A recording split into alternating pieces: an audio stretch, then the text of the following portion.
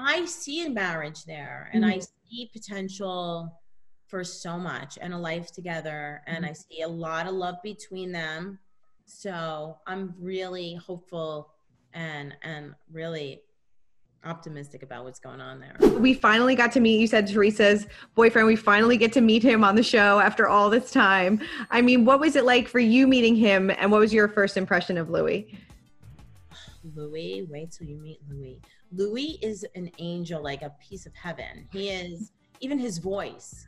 Like Teresa called me last night after, during the show, just to check on me, because that's what you do when you're a friend. I've even called Leah from Real Housewives of New York at times. I'm like, you okay? It was a rough episode. Like when she first started, and her and I had bonded over that. And, we call each other and we're like, I know it was rough. It's okay. Are you all right? Are we good? You just watched it. Are we like good?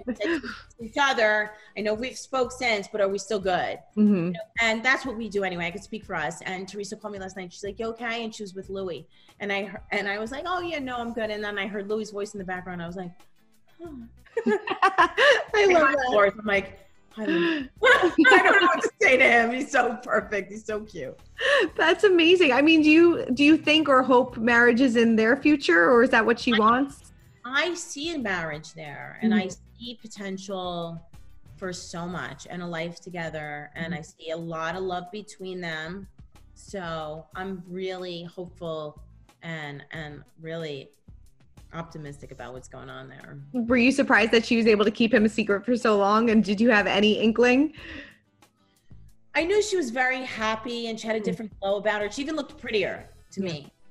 So, and there was some buzz and chatter about it, but I almost didn't want her to tell me because she wasn't comfortable enough to talk about it. Like I understand it, it's hard to talk about your feelings. You can't even, for people like Teresa and I, it's hard to even articulate how you're feeling. Right. You feel vulnerable, you feel silly, you feel embarrassed. Like even when I cried, when the psychic talked about my dog, I was embarrassed. I just wanted the scene to end. I thought about, what is it going to look like? My family's never seen me cry. I was embarrassed.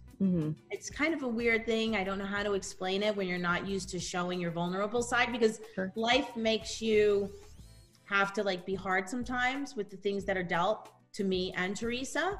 So her being giddy and in love and just a soft side, and I love to see it. And it's okay. It's safe because I love this guy. Has Frank spent time with him? Is he part of the guy group yet?